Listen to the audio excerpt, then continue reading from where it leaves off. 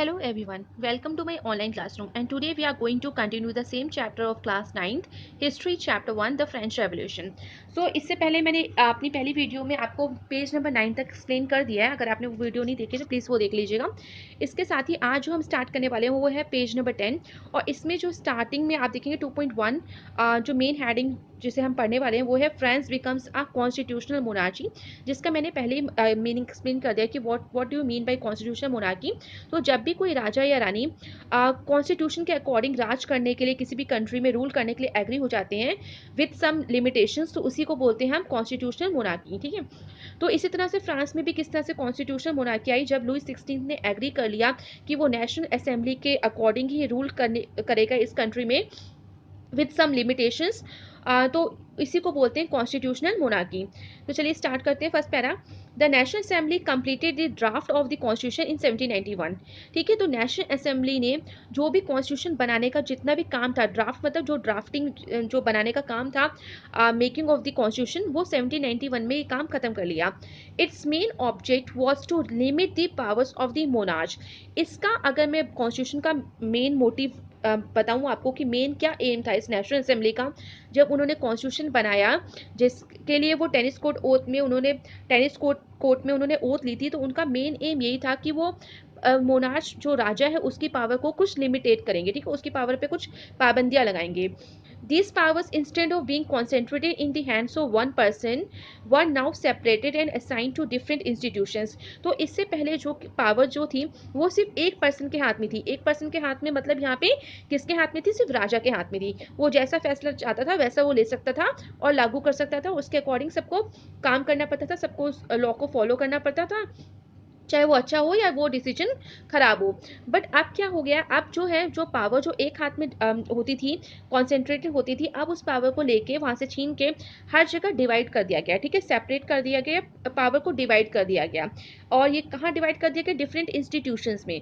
कौन कौन से डिफरेंट इंस्टीट्यूशंस की मैं बात कर रही हूँ यहाँ पे? तो वो है, देखिए नेक्स्ट लाइन में आंसर आ रहा है, the legislature, executive and judiciary. तो याद रखिएगा, लाइन टू लाइन एक्सप्लेनेशन में इसलिए कर रही हूँ क्योंकि आपके जब क्वेश्चन आएंगे तो इसी तरह लाइन टू लाइन आएंगे। तो लाइफ में बिल्कुल इतना शॉर्टकट मत भागिएगा कि आपको ये सारे जब भी क्वेश्चन आए तो आपको आंसर ही ना पता हो। तो एक डीप नॉलेज बहुत ज़रूरी है जो अभी आपके पास टाइम है एग्जाम से पहले। तो आप एक अच्छी तरह से अगर एक लाइन टू लाइन एक बार पढ़ लेंगे तो मुझे लगता है कि आपको अच्छे समझ में आ जाएगा और फिर आप आराम से रिविजन के थ्रू इस चैप्टर को प्रिपेयर कर लेंगे। This made France a constitutional monarchy. तो इसी तरह से जो फ्रांस है वो कॉन्स्टिट्यूशनल मोनार्की बनी। कैसे बनी? पहले बात कि राजा की पावर को लिमिटेड कर दिया गया। कैसे लिमिटेड कर दिया गया? कि उस एक हाथ में जो पावर पहले रहती थी, एक राजा के पास जो पावर रहती थी उसको वहां से लिया गया और बांट दिया गया डिफरेंट इंस्टीट्यूशंस में। कौन कौन सी डिफरेंट इंस्टीट्यूशंस में? लेजिस्लेचर, एग्जीक्यूटिव एंड जुडिशरी में बांट दिया गया।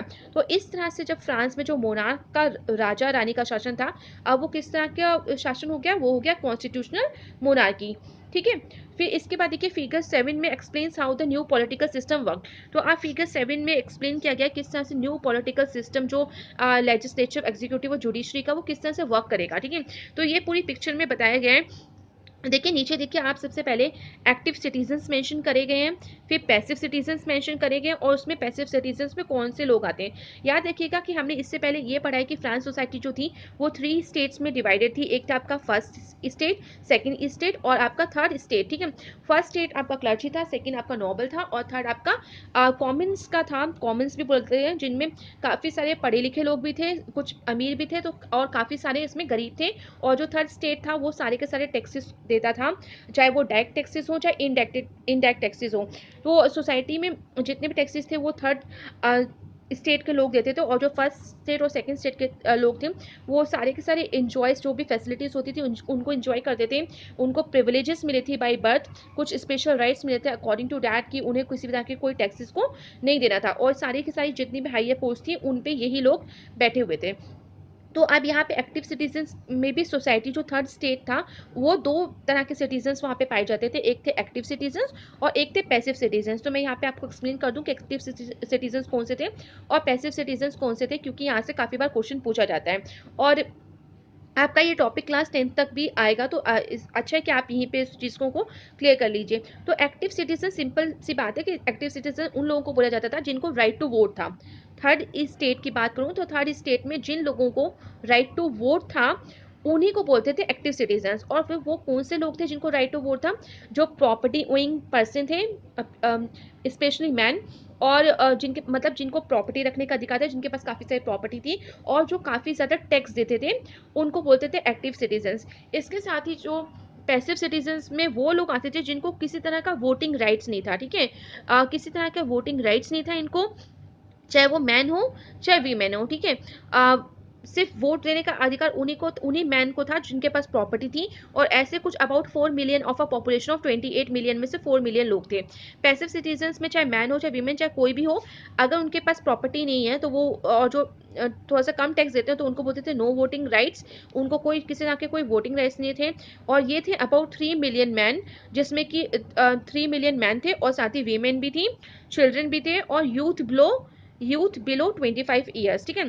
तो ये सारे जो लोग थे ये आते थे आपके पैसिव सिटीजन्स में, जिन्हें राइट टू वोट था ही नहीं। तो स्पेशली अगर मैं बात करूँ एक्टिव सिटीजन और पैसिव सिटीजन किस तरह से कैटेगराइज किया गया है, तो ये किया गया है राइट टू वोट के आधार पर, on the basis of right to vote the persons those who have the right to vote, they were known as the active citizens, and the person those who don't have the right to vote they were known as the passive citizens, ठीक है। और इसमें आपके आते थे 3 million man, साथ में women, children and youth below 25, क्योंकि वीमेन को तो वहाँ पे राइट टू वोट कहीं से मिला ही नहीं था। 1791 की नेशनल असेंबली भी जब बन गई थी, तब भी उनको किसी तरह का राइट टू वोट नहीं था। आप वीमेन के बारे में आगे पढ़ेंगे किस तरह से उन्होंने अपने पॉलिटिकल राइट्स के लिए स्ट्रगल किया। इसके साथ ही देखिए यहाँ से एक्टिव सिटीजन्स को राइट टू वोट था, जिसके अकॉर्डिंग वो इलेक्टोरल्स को चुनते थे, जो 50,000 मैन होते थे। फिर ये 50,000 मैन जो थे वो वोट देके नेशनल असेंबली में 745 मेंबर्स को चुनते थे, जो कि लेजिस्लेचर का पार्ट था। उसके बाद देखिए एग्जीक्यूटिव में किंग और मिनिस्टर्स आते थे, और किंग पे कंट्रोल था नेशनल असेंबली का, साथ में मिनिस्टर्स पे भी कंट्रोल था नेशनल असेंबली का। इसके साथ ही किंग के पास वीटो पावर होती थी। अगर वो किसी डिसीजन में चाहे कुछ करेक्शन, तो वो उस प्रपोजल को वापस भेज के कुछ करेक्शन करवा सकता था। बट ये नहीं था कि उसकी चलनी थी, फाइनल डिसीजन तो था वो कॉन्स्टिट्यूशन का था। इसके बाद साथ में जुडिशरी थी, जिसको जो एक्टिव सिटीजन वोट देके के यहाँ पे जज को चुनते थे। तो ये पूरा का पूरा उनका एक तरह से समझे जाए तो पॉलिटिकल सिस्टम इस तरह से वर्क करता था, जो कि यहाँ पे लिखा गया है political system under the constitution of 1791। तो ये 1791 जो नेशनल असेंबली ने कॉन्स्टिट्यूशन ड्राफ्ट किया था, उसके अकॉर्डिंग ये पूरी की पूरी पावर को डिवाइड किया था among the various organs of the government, legislature, executive and the judiciary, जहाँ एक इंसान से, राजा से पावर लेके बाकियों में बांट दी गई।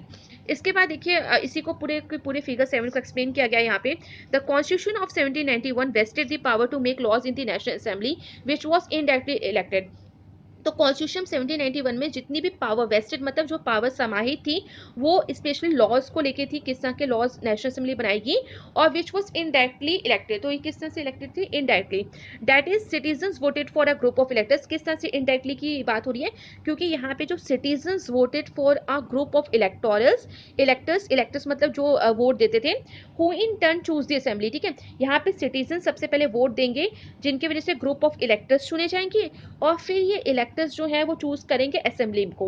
Not all citizens however had the right to vote. अब देखिए ये लाइन जो मैं आपको बार बार रिपीट करी थी, यही एकदम अंडरलाइन करिएगा कि यही ऑल सिटीजन्स, अगर वहाँ बात करी जाए ऑल सिटीजन्स की, स्पेशली थर्ड स्टेट की, तो वहाँ पे सबको राइट टू वोट नहीं था।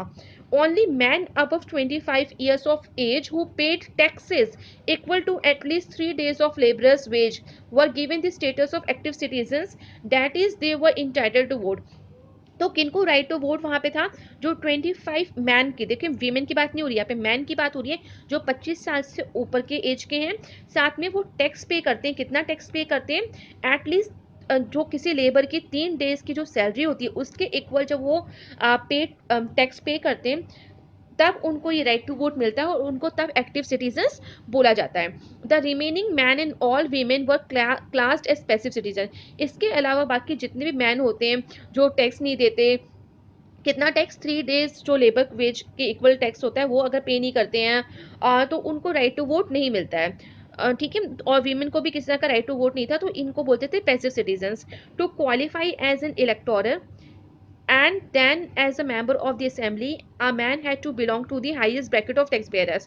तो टैक्स पेयर्स, तो इसमें एकदम क्लियर ये बात कह दी गई है कि अगर आपको इलेक्टर बनना है, आपको वोट देने का अधिकार प्राप्त करना है, इलेक्टर मतलब जो पर्सन वोट देगा, अगर आपको ऐसा बनना है, आपको मेंबर बनना है असेंबली का, तो आपको उस श्रेणी में आना पड़ेगा, ब्रैकेट मतलब उस कैटेगरी, उस कॉलम में आना पड़ेगा। किस कॉलम में? जिस जिस कॉलम में सारे लोग हाईएस्ट टैक्स पेयर्स हैं, जो कि काफ़ी ज़्यादा मात्रा में टैक्स चुकाते हैं, ठीक है, टैक्स पे करते हैं, उस ब्रैकेट में, उस कॉलम में आपको आना पड़ेगा। इसके बाद चलिए मूव करते हैं नेक्स्ट पेज में। तो यहाँ पे देखिए एक ब्लू कलर का बॉक्स दिया है जिसमें the declaration of rights of man and citizen दिया है, तो ये भी आपको पढ़ना है क्योंकि यहाँ से भी आपके कुछ क्वेश्चंस यहाँ से बन जाते हैं, तो कुछ पॉइंट्स आपको यहाँ से लर्न करने होंगे। इसके साथ देखिए the constitution begin with the declaration of the rights of man and citizen. इसके साथ जब 1791 में जब नेशनल असेंबली ने पूरा का पूरा कॉन्स्टिट्यूशन बनाया, तो उन्होंने स्टार्टिंग में एक डिक्लेरेशन रखा rights of man and citizen, जैसे हमारे फंडामेंटल राइट्स होते हैं वैसे वहाँ पे उन्होंने पूरा डिस्क्राइब किया कि क्या राइट्स होने चाहिए मैन और सिटीजन के, ठीक है। तो ये पूरे यहाँ पे एक तरह के टैबलेट में पूरे के पूरे जो राइट्स थे वो डिक्लेयर किए गए। इसके साथ ही किस तरह के राइट्स थे? Rights such as the right to life, freedom of speech, freedom of opinion, equality before law were established as natural and inalienable rights. That is, they belong to each human being by birth and could not be taken away. It was the duty of the state to protect each citizen's natural rights. तो इस declaration जो rights दिए गए man और citizens को, तो इसमें था आपका राइट टू लाइफ, आपको जीने का पूरा हक है, साथ में आपको फ्रीडम स्पीच है, आपको बोलने का अधिकार है, आपको फ्रीडम ऑफ ओपिनियन, अपनी ओपिनियन रखने का अधिकार है, साथ में इक्वालिटी बिफोर लॉ, लॉ के सामने सब इक्वल है, क्योंकि अगर मैं फ्रांस की बात करूँ तो यहाँ का जो लॉ सिस्टम था इतना अच्छा नहीं था। यहाँ पे डिफरेंट डिफरेंट 400 से भी ज़्यादा डिफरेंट डिफरेंट लॉज थे, और जब इतने डिफरेंट लॉज हो तो अकॉर्डिंग टू द पर्सन ये लॉ जो जस्टिस होती थी अकॉर्डिंग टू द पर्सन होती थी। Suppose for the same crime जो नॉबल्स और क्लर्जी उनके लिए अलग पनिशमेंट होती थी, और जो थर्ड स्टेट के लोग हैं उनके लिए अलग, क्योंकि टैक्स पेयर्स के हिसाब से यहाँ पे लॉ भी काम करता था। तो अब जो ये चीज़ें हट गई, अब इक्वालिटी बिफोर लॉ आ गया, वह स्टैब्लिश नेचुरल, और ये जो राइट्स थे किस तरह के राइट्स इनको बोला गया, एक तरह से नेचुरल एंड इनएलिनेबल राइट्स, कि ये एक तरह से नेचुरल राइट्स होने चाहिए, इनएलिनेबल राइट्स एक तरह के ऐसे राइट्स जिनको आपसे कोई छीन ना पाए, ठीक है, that can not be taken away from you, तो ये मतलब हुआ इनएलिनेबल का। तो इस तरह के राइट्स हर एक ह्यूमन बींग को वहाँ प्रोवाइड किए गए बाई बर्थ एंड और could not be taken away, और उनसे ये राइट्स कभी छीने नहीं जाएंगे। इट वॉज द ड्यूटी, और साथ ही ये ड्यूटी है स्टेट की कि वो सिटीजन्स के जो नेचुरल राइट्स हैं, जो बाई बर्थ उनको ये राइट्स मिले हैं, कि स्वतंत्रता हो हर तरह की, इक्वालिटी हो बिफोर लॉ, तो ये राइट्स उनको दिए जाए, और साथ में उनकी सुरक्षा का भी ध्यान रखा जाए। इसके साथ ही देखिए नेक्स्ट आपका यहाँ पे एक आर्टिकल जो जर्नलिस्ट जेन पॉल मेरिट हैं उन्होंने कमेंट किया एक न्यूज़पेपर में। तो यहाँ पर सिर्फ मैं इतना बताना चाहती हूँ कि इस पर्सन का नाम रखिए, याद रखिएगा, साथ में न्यूज़पेपर का, कि इनके न्यूज़पेपर का नाम क्या था। तो इनके न्यूज़पेपर का नाम था एमी ड्यू पेपल, ठीक है, जिसको हम बोलते हैं थोड़ा सा इंग्लिश में ट्रांसलेट क्योंकि फ्रेंच वर्ड्स होते हैं, the friend of the people, ठीक है।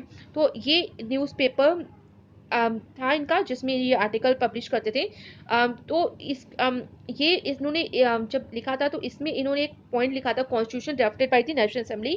जब कॉन्स्टिट्यूशन ड्राफ्ट हुआ था नेशनल असेंबली का, असेंबली के द्वारा, तब उन्होंने कुछ पॉइंट्स लिखे थे। तो इसमें वही सब चीज़ें बताई जो डिक्लेरेशन ऑफ द राइट्स हैं, कि किस तरह से रिच जो लोग थे वो रिप्रेजेंट करते थे हर सोसाइटी को, पुअर लोगों की कोई सुनता नहीं था, उनको हमेशा ऑप्रेस किया जाता था, उन जिसके पास वेल्थ होती थी वही लॉ को अपने हिसाब से इन्फ्लुएंस कर लेता था। तो ये सारी चीज़ें इन्होंने यहाँ पे आर्टिकल में मेंशन की है। इसके साथ ही देखिए यहाँ पे declaration of rights of man and citizen mention किया गया, जैसे फर्स्ट है men are born and remain free and equal in rights. Second है the aim of every political association is the prevention of the natural and inalienable rights of man, these are liberty, property, security and resistance to oppression. Third है the source of all sovereignty resides in the nation. Sovereignty means होता है supreme power. It means other country or other any person cannot be interfere in your personal matters. ठीक है, तो sovereignty मतलब supreme power होता है। इसका मतलब कि कोई भी बाहरी शक्ति आपकी कंट्री में या कोई भी बाहरी पर्सन आपके कंट्री या आपके नेशन में कोई इंटरफेरेंस नहीं कर सकता। No group or individual may exercise authority that does not come from the people. Fourth, a liberty consists of the power to do whatever is not injurious to others, ठीक है। Next है fifth point है the law has the right to forbid only actions that are injurious to society. Sixth है law is the expression of the general will. All citizens have the right to participate in its formation personally or through their representatives. All citizens are equal before it. Seven है no man may be accused, arrested or detained except in cases determined by the law. Every citizen, तो इसी तरह से बहुत सारे देखिए 8 9 10, क्योंकि काफ़ी सारे राइट्स हैं तो इतना इट इज़ नॉट पॉसिबल कि सब वो मेंशन करें। इस तरह से जो मेन मेन है वहीं पे यहाँ पे बुक में मेंशन किए गए। तो इसमें से आप भी 4 और 5 लर्न कर लीजिएगा, शॉर्ट में लर्न कर लीजिएगा, क्योंकि कुछ तो काफ़ी सारे हमारे जैसे इक्वल हैं, सेम राइट्स यहाँ पे मेंशन किए गए। एवरी सिटीजन में speak right and print freely, है ना, तो हर किसी को बोलने का, लिखने का और प्रिंट करने का पूरा अधिकार है, जिस तरह से मीडिया का अधिकार है वो यहाँ पे दिया गया है। For the 12 है for the maintenance of the public force and for the expenses of administration in a common tax is indispensable. It must be assessed equally on all citizens proportion to their means. तो देखा होगा हमने जैसे public property हर किसी को use करनी चाहिए, तो इसके लिए कॉमन टैक्स लगाया जाए, हर किसी को कॉमन टैक्स ही एक तरह से पे करना पड़े। Since property is a sacred and inviolable right, no one may be deprived of it unless a legally established public necessity requires it. In that case, a just compensation must be given in advance. तो इस तरह के सारे जो इतने भी main important rights थे वो आपको यहाँ से 4-5 प्रिपेयर करना है। इसके बाद मूव करते हैं नेक्स्ट पेज पे, जो कि काफ़ी इंपॉर्टेंट टॉपिक आने वाला है। यहाँ से भी आपके काफ़ी इंपॉर्टेंट क्वेश्चन 1-1 मार्क के बन जाते हैं। यहाँ पे कुछ पॉलिटिकल सिंबल्स दिए हैं जो कि फ्रेंच रेवोल्यूशन जब हुई थी, और पूरे फ्रेंच रेवोल्यूशन के दौरान कौन कौन से पॉलिटिकल सिंबल्स को यूज़ किया गया था।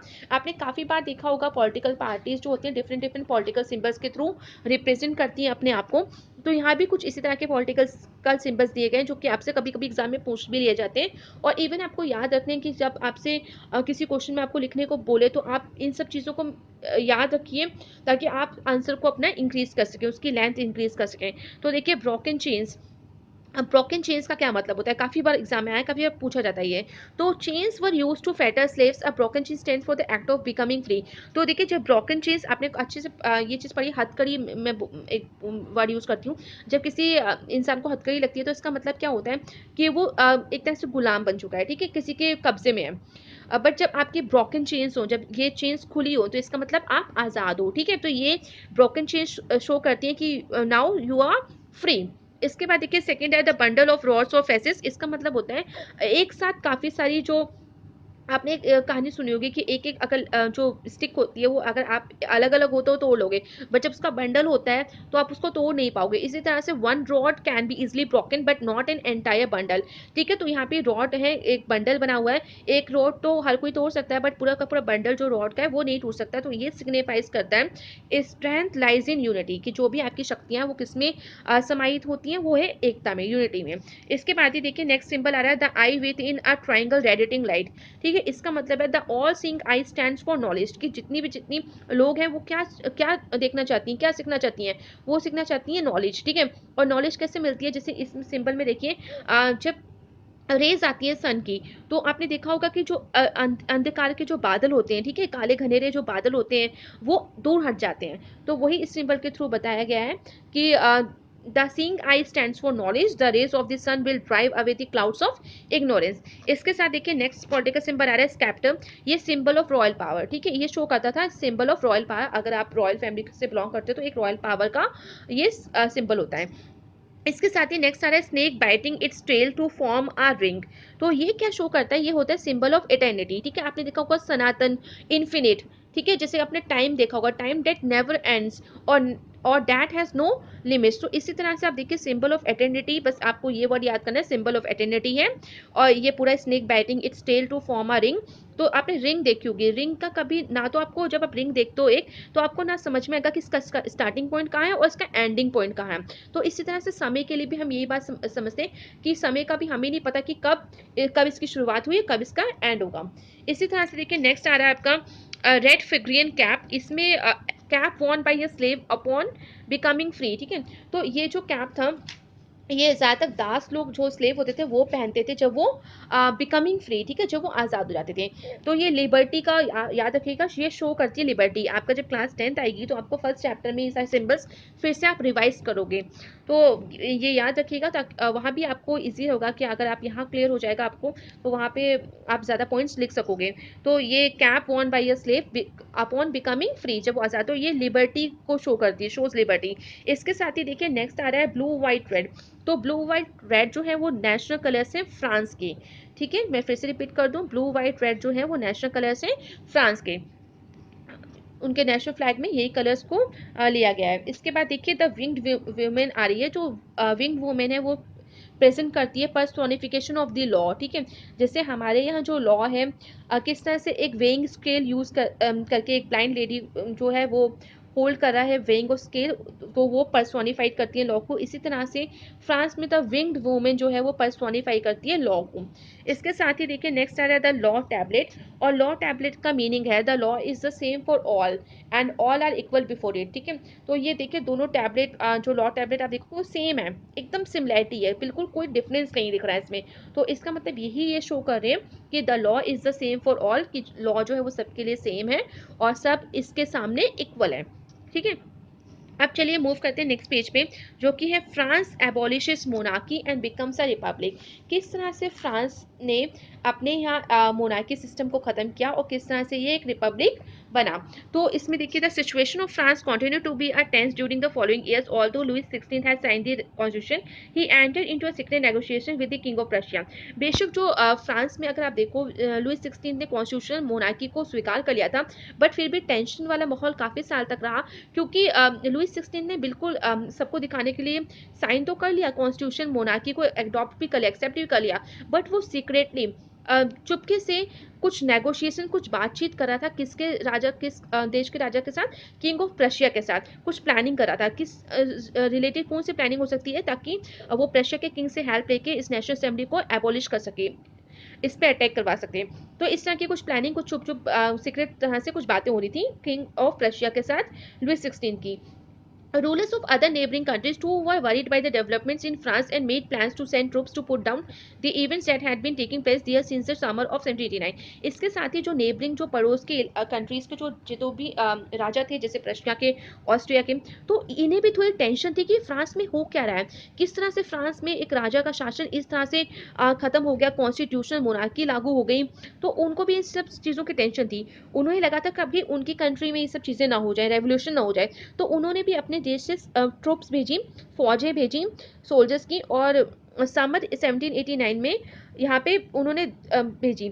उसके बाद बिफोर दिस कुड हैपन, उनका भेजने का प्लान था ये पूरा का पूरा, देखिए उन्होंने प्लान किया था भेजेंगे वो, बट क्या हुआ उससे पहले, क्या हुआ, नेशनल असेंबली ने in April 1792 to declare war against Prussia Austria. तो नेशनल असेंबली में वोट पड़े, और वोट के अकॉर्डिंग 1792 अप्रैल के मंथ में ये एक तय हो गया, एक फैसला ले लिया कि इन्होंने वॉर घोषित कर दिया, युद्ध घोषित कर दिया, किसके अगेंस्ट, प्रशिया और ऑस्ट्रिया, जिनके राजा प्लानिंग कर रहे थे कि इनके ऊपर अटैक करेंगे। Thousands of volunteers strong from the provinces to join the army. तो जो वॉलंटियर्स थे, थाउजेंड्स की संख्या में, जो भी हजारों की संख्या में यहाँ पे वॉलंटियर्स थे, उन्होंने वॉर में पार्टिसिपेट किया, किसके अगेंस्ट, रशिया और ऑस्ट्रिया के अगेंस्ट, ठीक है। वो जो उन्होंने आर्मी को ज्वाइन कर लिया, थ्रॉन्ग मतलब क्राउड वे में, बहुत मात्रा में आके उन्होंने आर्मी ज्वाइन कर ली। They saw this as a war of the people against kings and aristocracies all over Europe. तो उन लोगों ने, जो वॉलंटियर्स थे, इन लोगों ने जो कॉमन पीपल ही थे एक तरह से, उन्होंने ये इस वॉर को एक तरह का ऐसा वॉर लिया जो जनता के द्वारा वॉर है, किसके खिलाफ, किंग्स एंड एरिस्टोक्रेसीज, ठीक है, जो सेल्फ रूल होता है एक तरह का, उनके खिलाफ, और ओवर यूरोप। तो इनके खिलाफ इन्होंने युद्ध घोषित कर दिया। Among the patriotic songs they सैंग was the Mercedes. तो आपने देखो देशभक्ति गाने गाए जाते हैं, तो इसी तरह से कुछ देशभक्ति गाने गाए गए, जिसमें से एक था मर्सिडीज, ठीक है। और ये किसने कंपोज किया था, by the poet Rouget de Lisle, ठीक है। इन्होंने ये मर्सिडीज सॉन्ग, पेट्रोटिक सॉन्ग को बनाया था, कंपोज किया था। It was sung for the first time by volunteers from Marseilles as they march into Paris and so got its name. तो ये पहली बार कब गाया गया, ये जब वॉलंटियर्स जब युद्ध के लिए पार्टिसिपेट करने गए, कहाँ से, मार्सेलिस एक जगह थी, वहां से ये मार्च करके पेरिस में जब पहुंचे, तब ये गाना इन्होंने फर्स्ट टाइम गाया, इस देशभक्ति गाने को, और तभी से इस गाने का नाम क्या पड़ गया, मार्सेलिस। और आज जो है the मार्सेलिस is now the national anthem of France. तो आज ये नेशनल एंथम के नाम से जाना जाता है फ्रांस के। इसके बाद देखिए नेक्स्ट पैरा में क्या है, the revolutionaries was brought losses economic difficulties to the people. ये तो जाहिर सी बात है कि जब भी रेवोल्यूशनरी वॉर्स होते हैं तो काफ़ी सारा इकोनॉमिकली डिफिकल्टीज आती है, काफ़ी सारी चीज़ें बर्बाद हो जाती हैं। While the man were away fighting at the front, women were left to cope with the task of earning a living and looking after the families. Of course जब मैन जो है, जो सोल्जर्स हैं, सारे जो घर के मैन मेल मेंबर्स हैं, वो अगर वॉर में पार्टिसिपेट करें तो सिर्फ घर में वीमेन बची जिनको काफ़ी पूरी की पूरी घर की जिम्मेदारी संभाली थी। तो इसी तरह से वीमेन ने किस तरह से अपनी अर्न करना स्टार्ट किया, किस तरह से फैमिलीज को देखना स्टार्ट किया। Last sections of the population were convinced that the revolution had to be carried further as the constitution of 1791 gave political rights only to the richest section of the society। Last section जो population के थे उनका ये भी मानना था कि इस रेवोल्यूशन को आगे किस तरह से कैरियर किया जाए, क्योंकि कॉन्स्टिट्यूशन ऑफ 1791 की बात करें तो उन्होंने पॉलिटिकल राइट्स जो थे वो सिर्फ कुछ कुछ रिचर सेक्शंस को ही दिए थे। जो राइट टू वोट था सिर्फ अमीर लोगों को ही सोसाइटी के दिए थे। तो political clubs became an important rallying point for people who wish to discuss government policies and plan their own forms of action. इसी तरह से उस टाइम काफ़ी सारे पॉलिटिकल क्लब्स बन गए जिन्होंने एक तरह से रैली करते थे और मीटिंग्स करते थे गवर्नमेंट पॉलिसीज के क्या क्या गवर्नमेंट पॉलिसीज होती है उसमें डिस्कस करते थे, प्लान करते थे। The most successful of this, तो इस तरह से काफ़ी सारे पॉलिटिकल क्लब्स वहाँ पे बन गए थे फ्रांस में। तो इन्हीं में से एक सक्सेसफुल पॉलिटिकल क्लब का नाम यहाँ पे है जैकोबियंस। तो ये बहुत इंपॉर्टेंट है फ्रांस की हिस्ट्री में। तो जैकोबियंस आप याद रखिएगा, जैकोबियंस, इसको इस पॉलिटिकल क्लब का नाम जैकोबियन कैसे पड़ा। फ्रांस में कुछ convent saint job Jacob in Paris, ठीक है। कुछ यहाँ पे जैसे कॉन्वेंट एक तरह के यहाँ पे मीनिंग दिया हुआ है। कुछ जैसे रिलीजियस लाइफ से related community, a building belonging to a community devoted to a religious life. तो कुछ बिल्डिंग्स होती थी जो कि रिलीजियस, वहाँ पे कुछ रिलीजियस काम होते थे, उन बिल्डिंग्स को कॉन्वेंट बोलते थे। तो जैकोबियंस भी एक convent saint Jacob in Paris है। उसके नाम पे इस पॉलिटिकल क्लब ने अपना पॉलिटिकल क्लब का नाम जैकोबियंस रख लिया। Women too who had been active throughout this period formed their own clubs। इसी तरह से जो वीमेन थी इस टाइम की काफ़ी एक्टिव थी, जिनको अपने पॉलिटिकल राइट्स थे, उन्होंने भी काफ़ी सारे अपने खुद के क्लब्स ओपन कर लिए।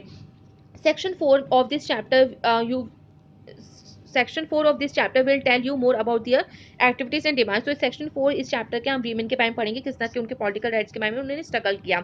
इसके बाद देखिए the members of the Jacobin club. यहाँ पे जैकोबियन क्लब की स्टोरी थोड़ी सी आ रही है कि जैकोबियन क्लब्स के जो मेंबर्स थे belong mainly to the less prosperous sections of the society. तो इस क्लब के जो मेंबर्स थे वो कौन से थे, वो सोसाइटी के कुछ कम अमीर घरानों में से थे।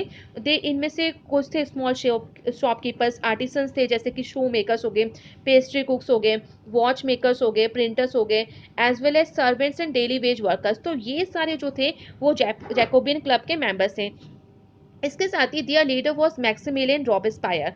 इस जैकोबियन क्लब का काफ़ी बार लीडर का नाम पूछा जाता है कि हु वॉज रॉबेस्पायर, ठीक है, और who was the leader of the Jacobin club. तो ये आपको याद रखना, साथ में ये भी याद रखना कि यहाँ के इसमें कौन कौन से मेंबर्स थे।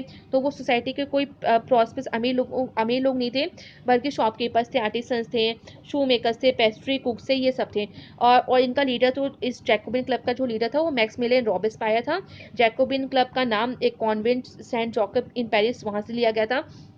तो a large group among the Jacobins decided to start wearing long strip trousers similar to those worn by dock workers। अच्छा, अब देखिए किसी भी क्लब के या मेंबर होते हो या किसी भी पॉलिटिकल पार्टी के मेंबर, तो एक अलग पहनावा, क्योंकि ताकि आप अपने आप को अलग शो कर पाओ दूसरों से। तो यहाँ भी कुछ ऐसे हुआ, जैकोबियंस ने डिसाइड किया वो कि अब वो एक लॉन्ग ट्राउजर्स पहनेंगे, लॉन्ग स्ट्रिप्ड, ठीक है। आप देख सकते हैं स्ट्रिप पर, जैसे आपने देखा होगा ज़ेब्रा में blue sorry black white colour की स्ट्रिप होती है, तो उसी तरह से यहाँ भी ट्राउजर्स में स्ट्रिप ट्राउजर्स यूज़ की गई लॉन्ग, और जैसे कि डॉक वर्कर्स पहनते थे। This was to set themselves apart from the fashionable sections of the society, especially nobles who wore knee breeches, ठीक है। तो उनका मेन मोटिव ये स्ट्रिप ब्रीचेस पहनने का, स्ट्रिप ट्राउजर्स पहनने का ये रीज़न था क्योंकि फैशनेबल सेक्शन जो सोसाइटी के थे, जो अमीर घराने थे, नॉबल्स जो थे, वो कहाँ तक, वो नी ब्रीचेस थे, वो घुटने तक पहनते थे ट्राउजर्स। पर इनका कहाँ तक था, इनको नीचे तक, ताकि ये उनसे अलग दिखें।